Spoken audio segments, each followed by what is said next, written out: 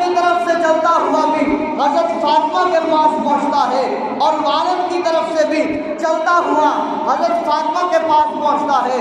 حسن کا بھی شجرہ والدہ کی طرف ماں فاطمہ ہے، اور حسین کا بھی شجرہ نسب ماں کی طرف ماں فاطمہ ہے۔ ادھر اب دونوں جو ہے وہ باغیچوں کی بات کرنے لگا ہو۔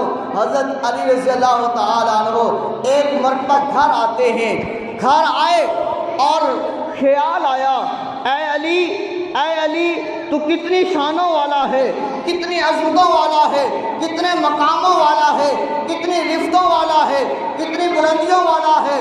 اے علی، اللہ نے تجھے جو عطا فرمائی ہے بیوی، وہ کسی اور کی نہیں بلکہ سید الانبیاء کی بیٹی ہے۔ سوچ رہے ہیں آپ